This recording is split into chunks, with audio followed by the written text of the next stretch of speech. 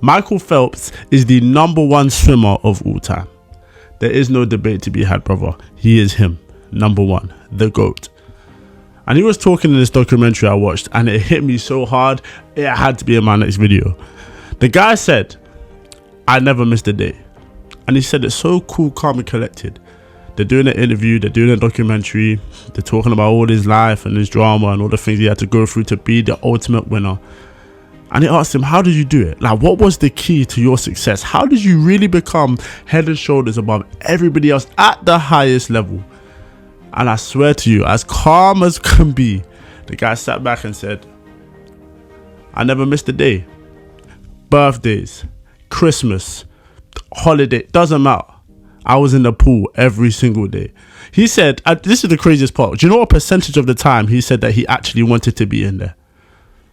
5% max. So that means 95% of the time that Michael Phelps was training to be the greatest of all time, brother. Listen to me. The greatest of all time, brother. All human history, the best. Only 5% of the time he actually woke up and said, I can't wait to do this. I want to do this. I'm excited to get in the pool today.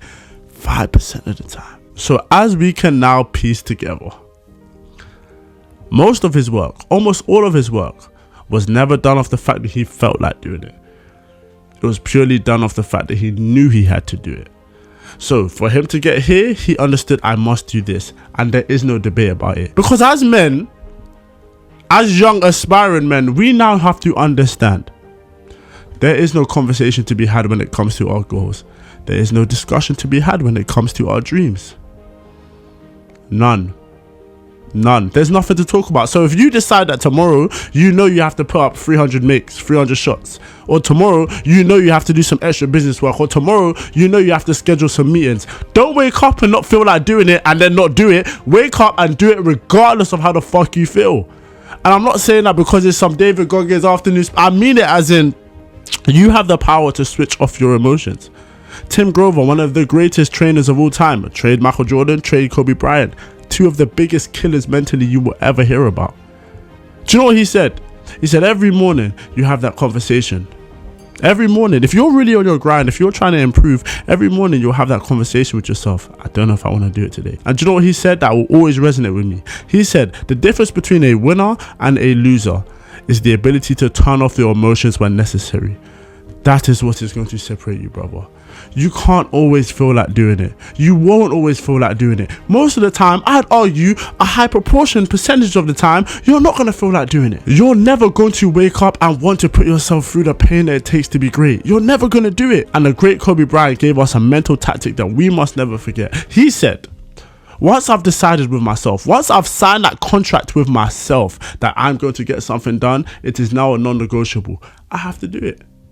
So if you sit there and say, I'm not going to go gym today, but I'm going to do 500 press-ups, and you get to 250 and your shoulders are fucking hurting and you feel like you can't do any more, you still have 250 left. Not 200, not 100, not 10. You have 250 left. Why? Because you signed that contract with yourself. And if your word don't mean nothing, then I don't know what to tell you, brother. You're a pathetic shell of a man. All we have in this life is our word and then our actions.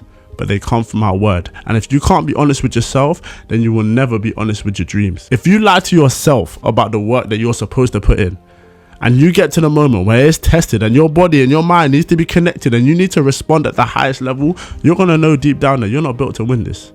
You're going to know deep down that you're a quitter. And things are going to get hard and that man's going to keep pushing and you're going to stop. You're going to fold like a cheap tent, brother. It's going to happen.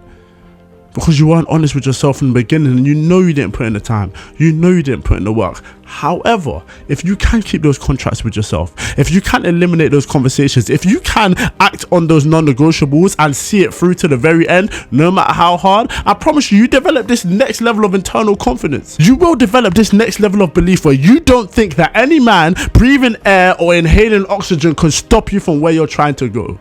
I promise you that.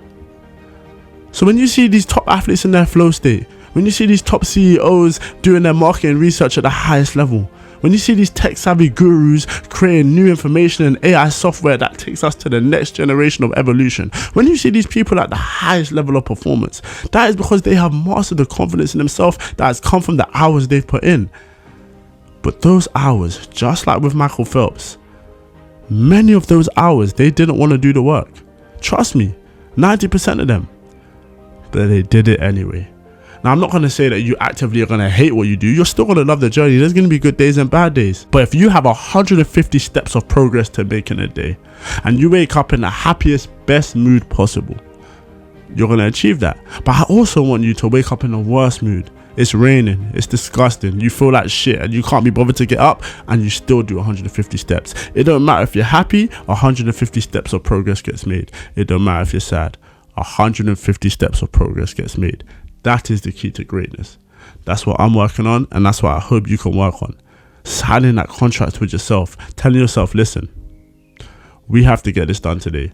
It don't matter how we feel. It don't even matter what we think, because ultimately I know what's best. So we're going to get out of this bed. So we're going to go gym after work. So we're going to stay late and do some extra business revision, some phone calls late at night. We're going to do it because we told ourselves we would do it. And once we sign that contract with ourselves, it becomes a non-negotiable. And let me give you 2 words: compulsory and mandatory. I hope you remember them from school. There was some things there's no debate about. It don't matter if my ankle's sore. It don't matter if my knee's hurting. It don't matter if my chest is fatigued from this. No, it don't matter. Because it is mandatory and compulsory.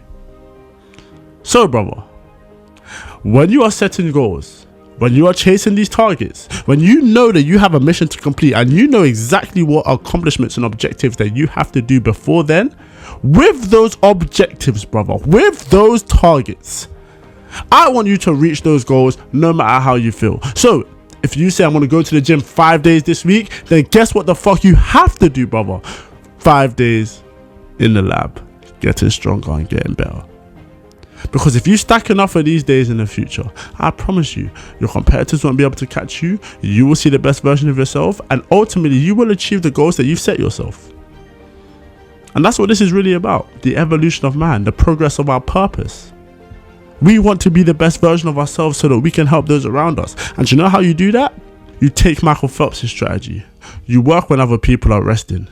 You put the time in when you don't feel like it. And you stack enough of those days over a long enough amount of time. And relative to what you do, you become the GOAT. Yeah, he's talented. Yes, he's special. Yes, physically, he's very gifted. But I'd argue that mentally, he's even more supreme. And you're talented. You're gifted. You've got some natural skill about you. But are you supreme mentally? I'm not sure yet, brother. But if you sign enough contracts with yourself and see them through, I promise you'll get there. Promise you'll get there. Alright, my boy.